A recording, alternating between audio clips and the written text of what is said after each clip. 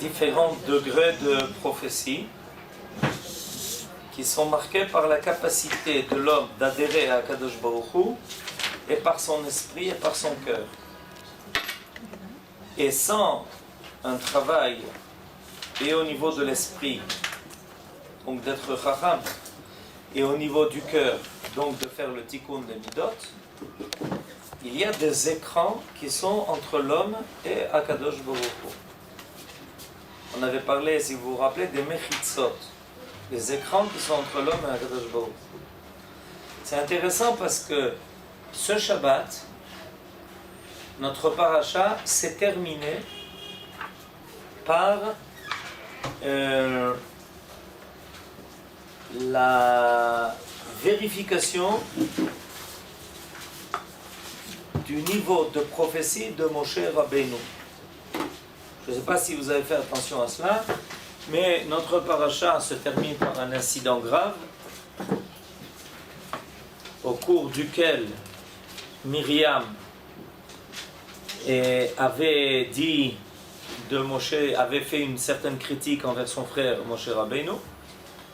Myriam ne manquait pas de mérite et elle s'est donc permise, comme étant la grande sœur, celle qui l'avait d'ailleurs fait naître et qui l'avait sauvé et qui s'était occupée de lui et qui ensuite, grâce à elle, les enfants d'Israël avaient eu même droit dans le désert à boire de l'eau. C'est grâce à Myriam que le puits de Myriam les accompagnait dans le désert. Myriam s'est permis de faire une critique envers son frère. Quelle était la critique? La critique, c'est que Moshe Rabbeinu avait une conduite particulière qui était différente de celle de tous les autres. Par exemple, il avait quitté sa demeure pour se consacrer entièrement à recevoir la Torah de Akadosh Baruch Hu et la transmettre aux enfants d'Israël et à être juge pendant 40 ans dans le désert et de mener les enfants d'Israël jusqu'à bon port. Et Myriam n'avait pas considéré ça d'un bon œil en disant: mais pourquoi est-ce que tu as besoin de te conduire autrement que les autres, puisque nous aussi, bien que nous soyons prophètes, nous n'avons pas pour autant abandonné notre famille et on ne s'est pas retiré de toutes les affaires matérielles de ce monde comme toi tu le fais. Et là, Kadosh Baruch Hu est intervenu. Et il est important de comprendre pourquoi Kadosh Baruch Hu est intervenu. Parce que Myriam a laissé sous-entendre dans sa critique que Moshe Rabbeinu et les autres prophètes avaient un dénominateur qui était commun. Or, il était important tout de suite de mettre les choses au point pour Akadosh Baruch Hu, que la prophétie de Moshe Rabbeinu n'était pas du même niveau que celle des autres prophètes. Et là, je voudrais d'ailleurs ouvrir une parenthèse à ce sujet. Très souvent, cette erreur optique surgit chez les gens parce qu'on se sert du même terme pour désigner des personnes de niveau tout à fait différent. Le mot prophète est un dénominateur commun pour désigner tous ceux qui sont prophètes. Mais tous ceux qui sont prophètes ne sont pas prophètes du même niveau. Alors ça risque des fois de tromper, en pensant que c'est ce qui est arrivé à propos de Moshe Rabbeinu. Myriam a dit: bon, tu es prophète, mais nous aussi nous le sommes. Puisque nous sommes aussi prophètes comme toi, cela laisserait supposer que on pourrait s'aligner sur la même conduite. C'est une erreur. Alors il en arrive aussi, par exemple, que l'on parle de sages ou de rabbanim. C'est un rav, c'est un rav, c'est un rav, c'est un rav, c'est un rav, c'est un rav. D'accord ? Il y a des différences.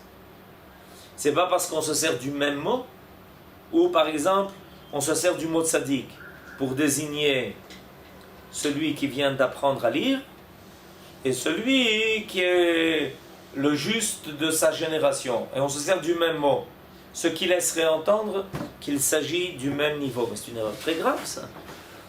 Et ça a été vérifié à la fin de notre paracha, précisément à propos de Moshe Rabbeinu. Maïmonide consacre un chapitre entier dans son livre pour expliquer en quoi la prophétie de Moshe Rabbeinu était différente de la prophétie des autres prophètes. Par exemple, Moshe Rabbeinu pouvait être en contact, en dialogue avec Akadosh Baruch Hu quand il voulait. Le jour, la nuit, quand il voulait. Alors que les autres prophètes ne pouvaient pas être en contact avec Akadosh Baruch Hu quand ils voulaient. Les autres prophètes, leur prophétie passait par des paraboles, par des images qu'ils devaient interpréter. Tout prophète passe obligatoirement par l'interprétation de sa prophétie. Alors que la prophétie de Moshe Rabbeinu est claire. Elle n'a pas besoin d'être interprétée. C'est une prophétie qui est directe. C'est quelque chose de tout à fait différent. Vous voulez qu'on joue tous au téléphone? J'amène le mien aussi. Alors, il est important de savoir que quand on parle de Moshe Rabbeinu, on parle d'un autre niveau. Ça vient de quoi, justement? C'est le sujet qu'on est en train de traiter dans ce chapitre de Maïmonide. Ce qu'on est en train de traiter dans ce sujet, de ce que Maïmonide est en train de nous faire comprendre, c'est que plus l'homme arrive à parfaire ces deux éléments qui lui permettent de rentrer en contact avec la divinité, plus le message qu'il reçoit de Akadosh Baruch Hu est clair, est évident.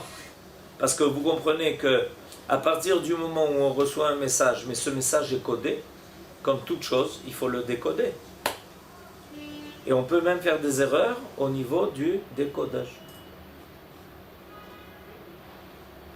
Ce qui évidemment va donner les grandes différences de prophétie, de niveau de prophétie. Le Maïmonide compte 11 niveaux de prophétie.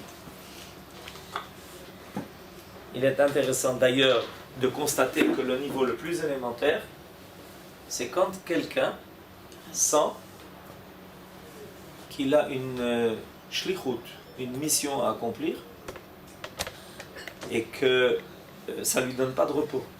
Tant qu'il n'arrive pas, tant qu'il ne réalise pas quelque chose de positif, tant qu'il n'arrive pas à réaliser l'aspiration qu'il a, l'élan qui le porte à faire quelque chose d'effort, qui demande des sacrifices énormes et immenses, dit Maïmonide que c'est déjà une forme d'inspiration divine.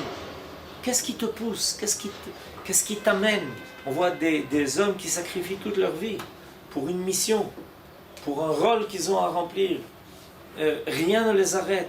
Rien, aucun obstacle, ils arrivent à surmonter tous les obstacles, ils vont jusqu'au bout, ils font des choses extraordinaires auxquelles personne n'aurait pensé à laquelle on pouvait se livrer. Nous dit Maïmonide, en réalité, sache que là, il y a déjà une inspiration divine. On trouve par exemple dans le livre des juges, un juge qui s'appelait Gidon, Gédéon en français. Le pauvre, ce qu'il a fait. Gidon. Et à l'époque de Gidon, le peuple d'Israël était dans un pitre état. Parce que les Midianim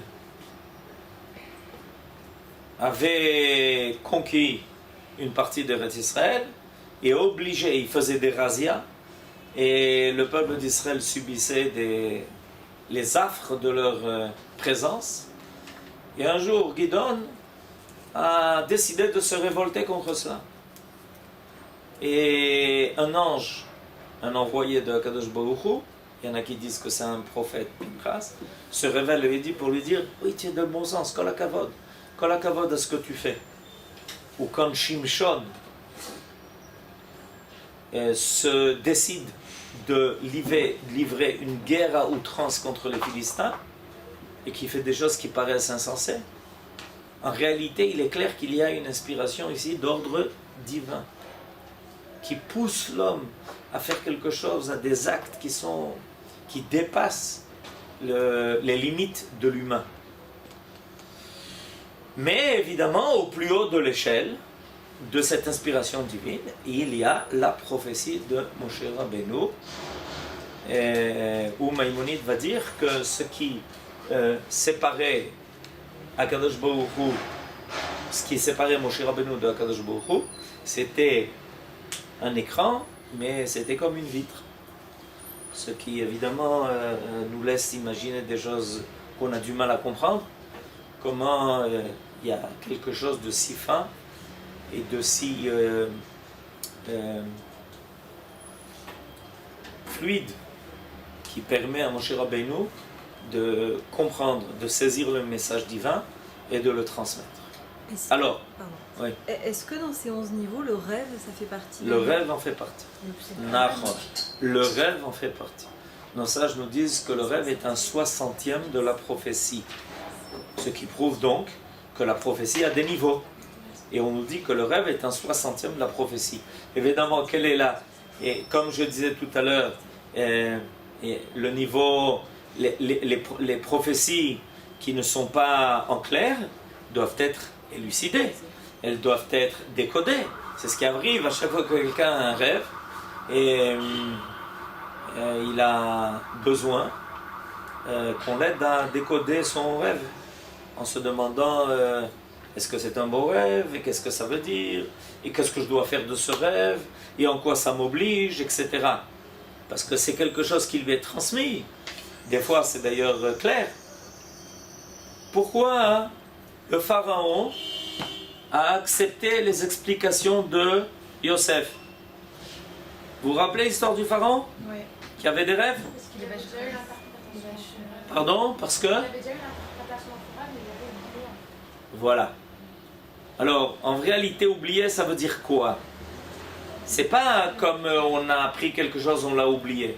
Ça veut dire que c'est resté dans son inconscient.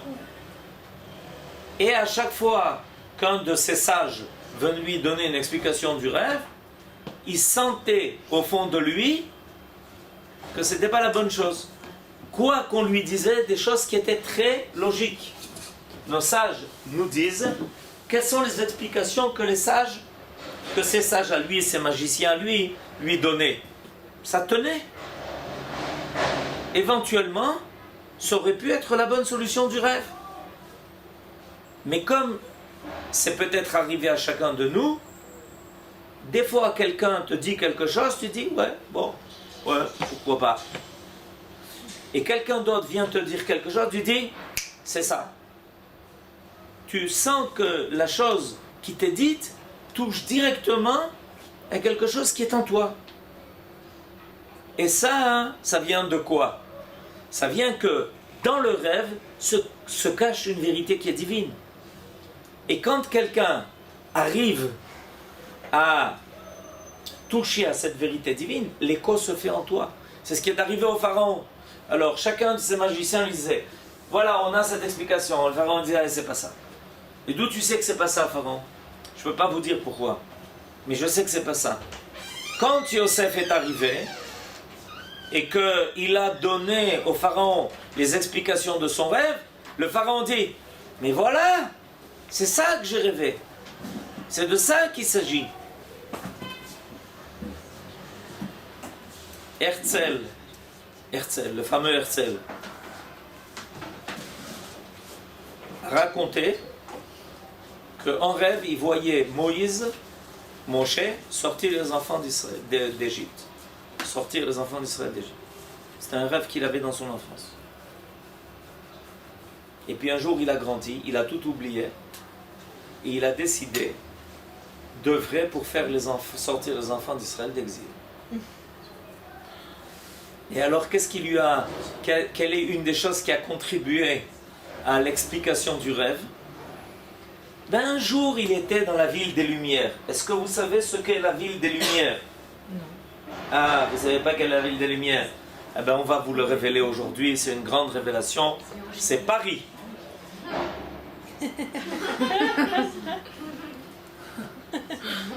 Ok. Entre guillemets.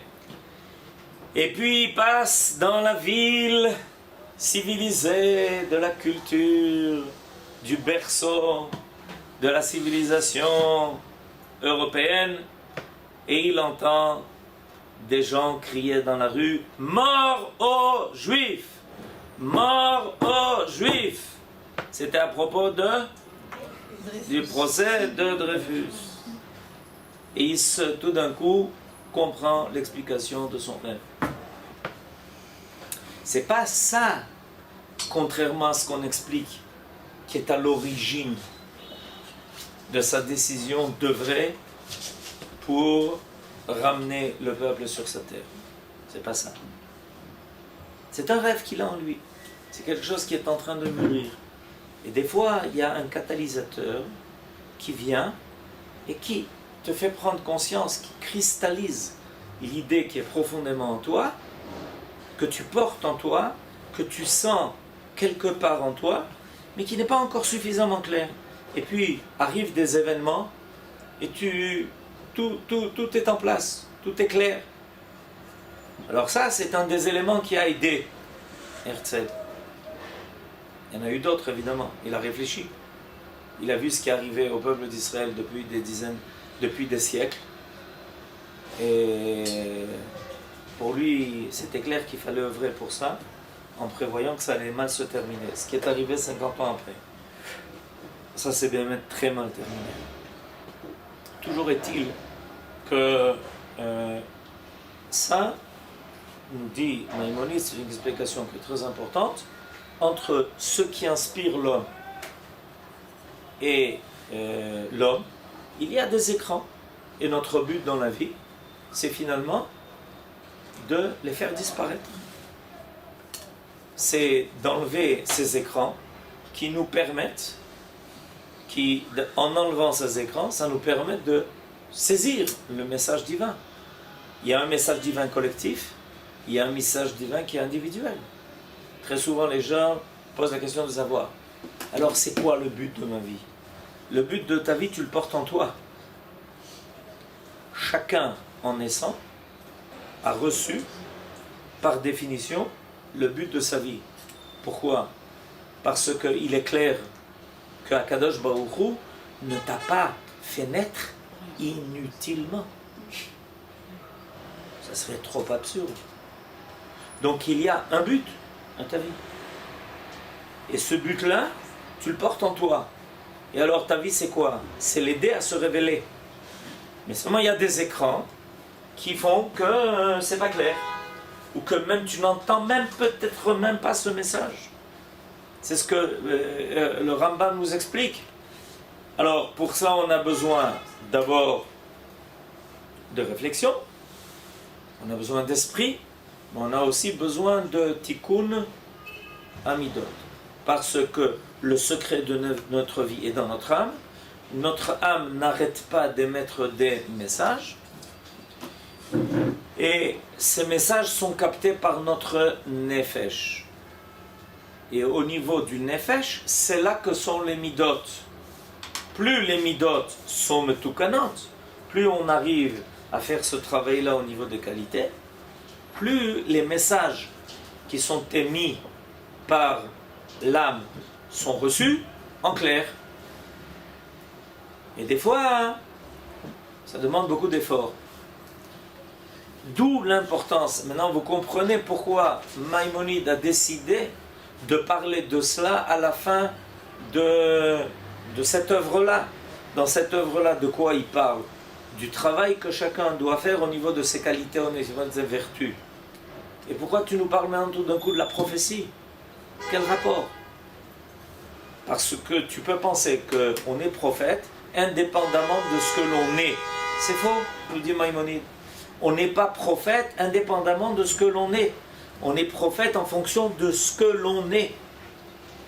En fonction du travail que l'on a reçu à faire pour pouvoir rendre beaucoup plus clairs les messages qui nous sont transmis, qui sont émis par notre âme.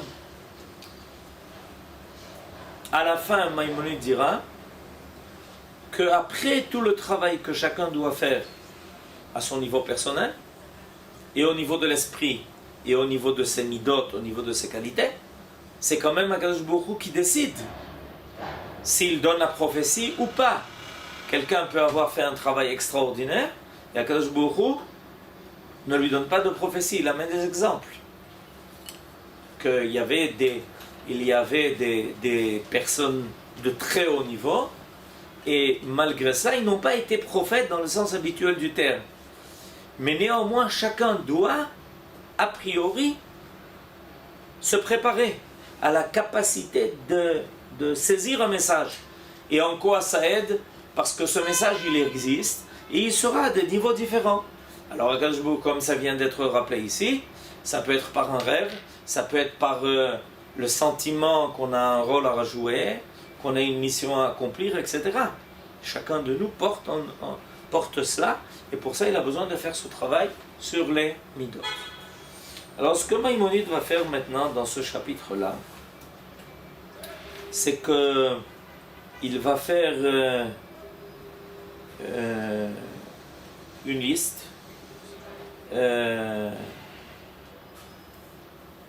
de personnages très élevés qui ont été inspirés, qui ont été prophètes. Mais leur prophétie dépendait précisément du travail qu'ils ont été capables de faire. Alors, si vous voulez ouvrir, on est à la page même tête.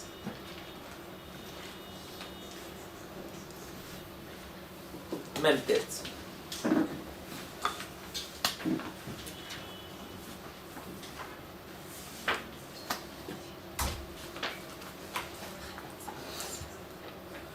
Alors regardez, je lis un peu en bas de la page, début de paragraphe.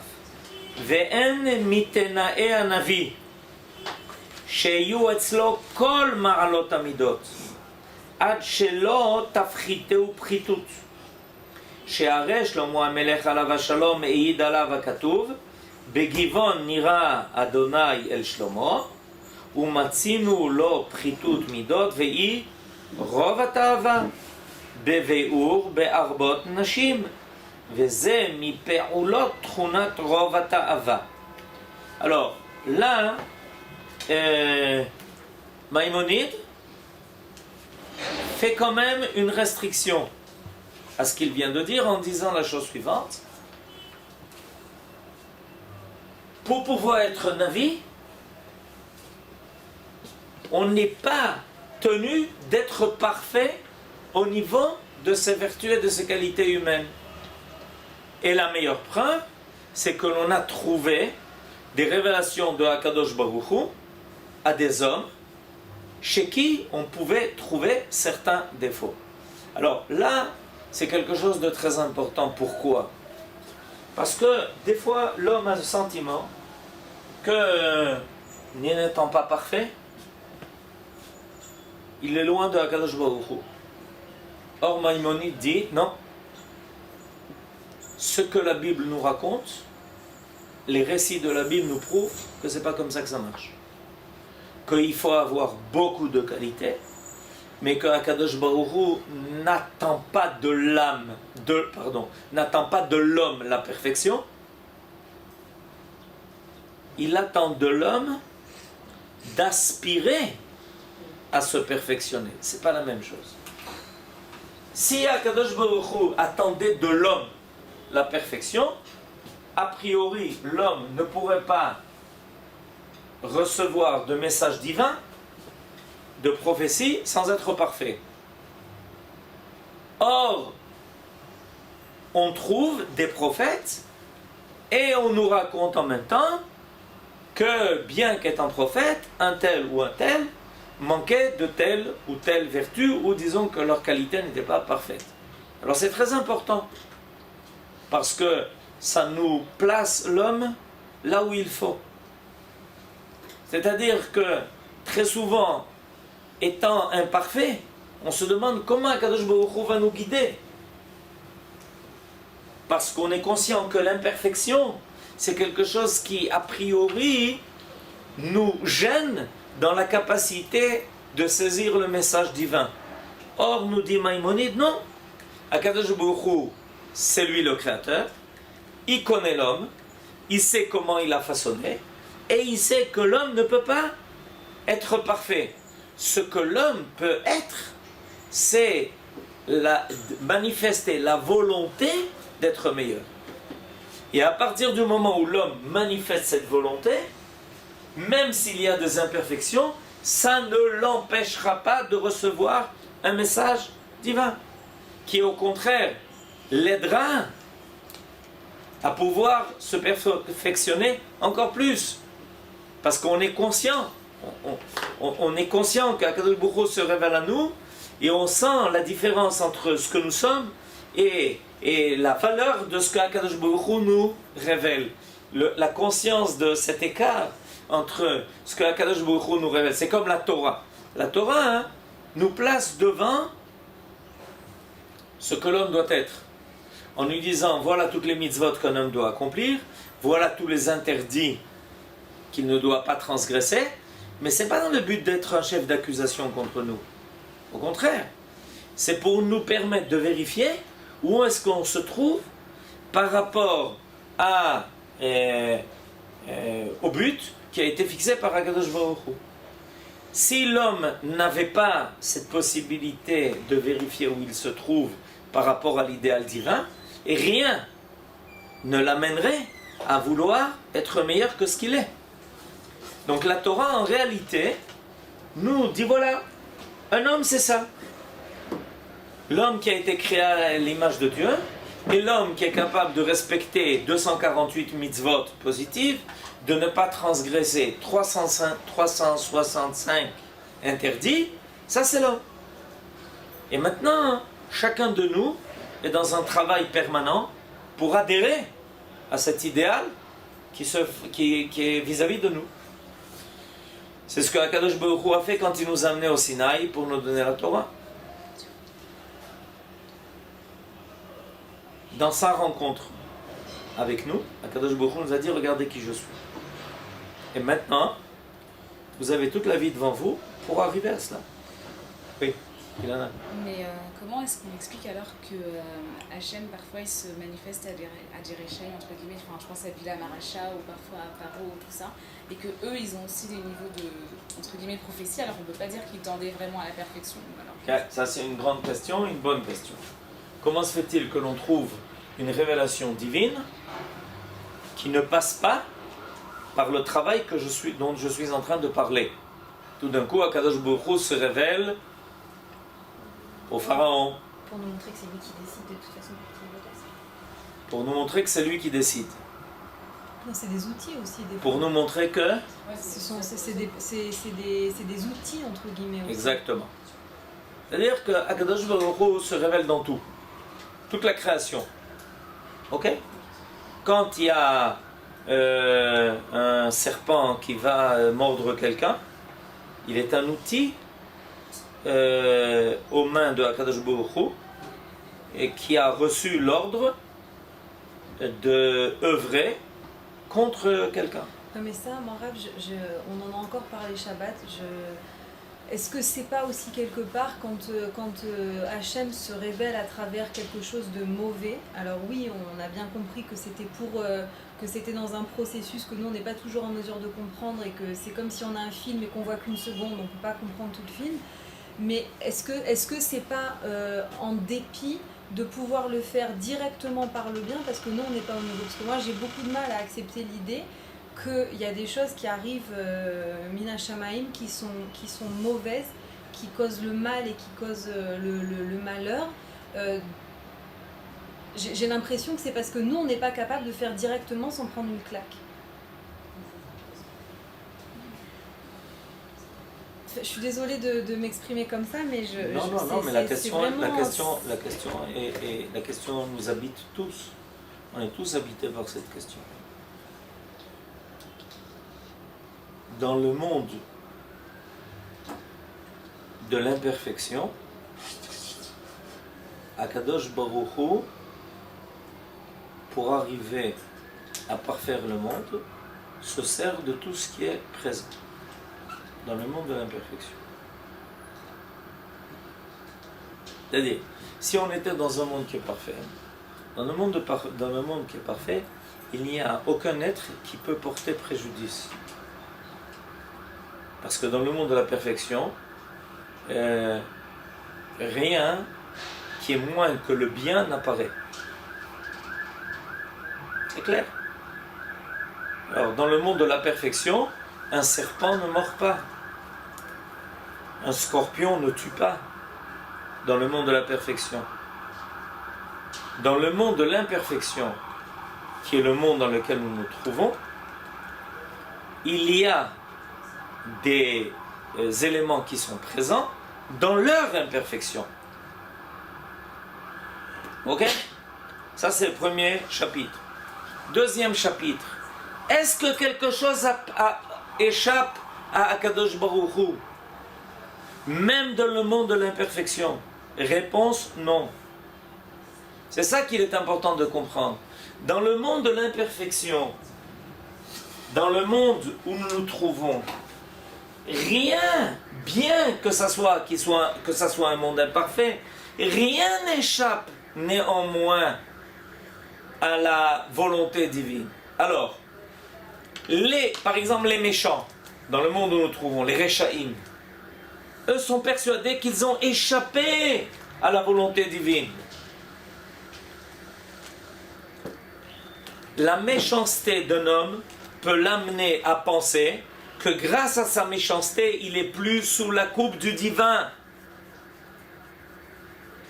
Vous avez compris jusqu'où ça va? Nos sages nous disent ça à propos de Nimrod,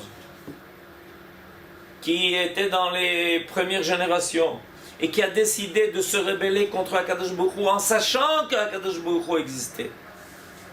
Et on va voir qui est le plus fort.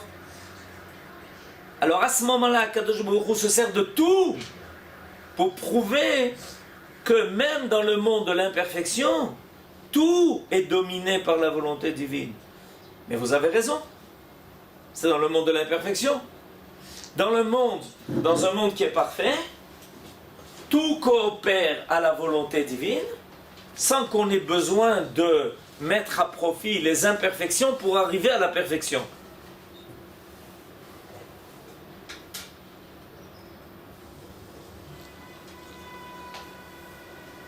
Vous avez assisté ça? Vous avez. Je donne un exemple pour qu'on comprenne de façon plus concrète cela. Quelqu'un, pour pouvoir vivre, on a besoin de manger. Et a priori, on devrait manger sans qu'on ait besoin pour ça d'avoir envie de manger. La meilleure preuve, c'est qu'il y a des situations et des conditions dans lesquelles quelqu'un mange sans que ça ne lui donne absolument, qu'il n'ait aucun goût à cela. Quelqu'un qui, par exemple, n'arrive pas à manger par la bouche, on lui met une sonde et on lui injecte la nourriture. Et il vit comme quelqu'un qui mange par la bouche. Ou un astronaute, il ne peut pas commencer à déguster un poulet rôti. Ou des fois, je ne sais pas quoi, les soldats qui vont faire des missions de longue durée, de longue haleine, on leur donne à s'alimenter par des choses qui sont nutritives, sans que pour autant ils aient besoin de faire un pique-nique.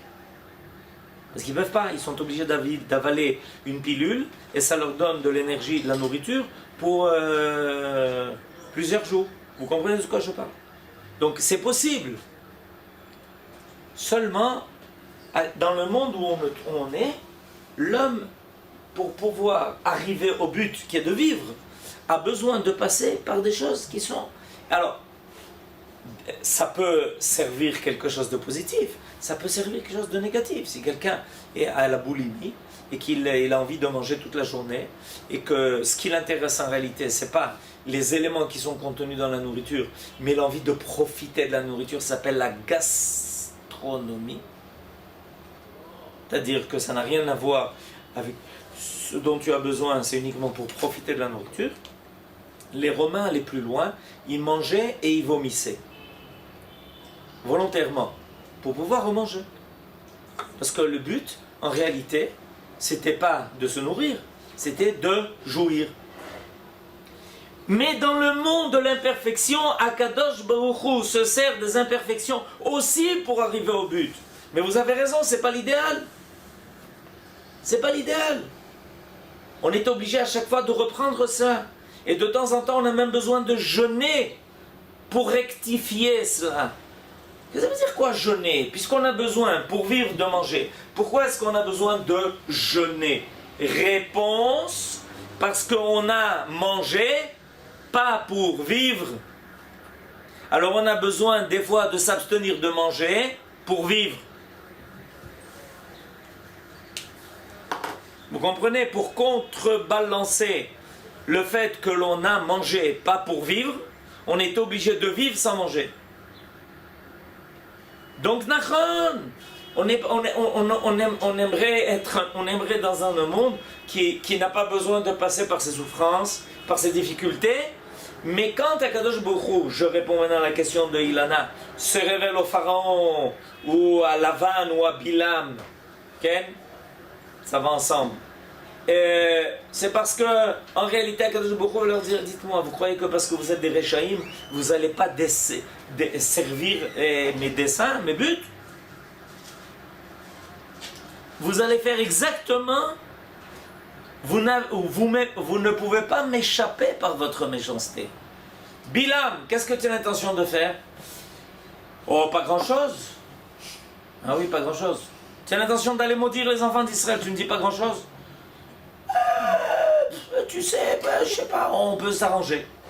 Non seulement tu vas pas les maudire, mais tu vas les bénir. Tu ne m'échappes pas, Bilam, tu ne peux pas m'échapper. Alors évidemment, c'est pas un grand honneur pour eux que la révélation divine se fasse à eux pour les obliger à faire le contraire de ce qu'ils ont voulu. Parce que ça révèle leur méchanceté. Vous avez compris? En réalité, le fait que Akadosh Baruch Hu se révèle à Bilam pour l'obliger à bénir les enfants d'Israël révèle combien Bilam est un rachat. Mais tout dessert la volonté de Akadosh Baruch Hu. Mais dans le monde parfait, on n'a plus besoin de passer par ça. Dans le monde parfait, les choses passent par le bien. Sans qu'on ait besoin, qu'Akadosh Baruch Hu ait besoin de servir de ses outils, comme vous avez dit. Mais dans le monde où on est, Akadosh Baruch Hu doit prouver qu'il ait besoin de passer par ses outils. Néanmoins, ces outils sont à sa disposition aussi. Nous, on prie pour que le bien arrive par le bien, et pas pour que le bien arrive par le mal. C'est pour ça que quand on souhaite à quelqu'un de vivre, on lui souhaite Chaim Tovim. Chaim Arukim. On ne lui souhaite pas seulement de vivre. Il le dit Chaim Tovim. Chaim Arukim. Pourquoi? Vivre c'est bien, mais on veut que le bien se révèle par le bien. Amen, dites. Amen. Okay.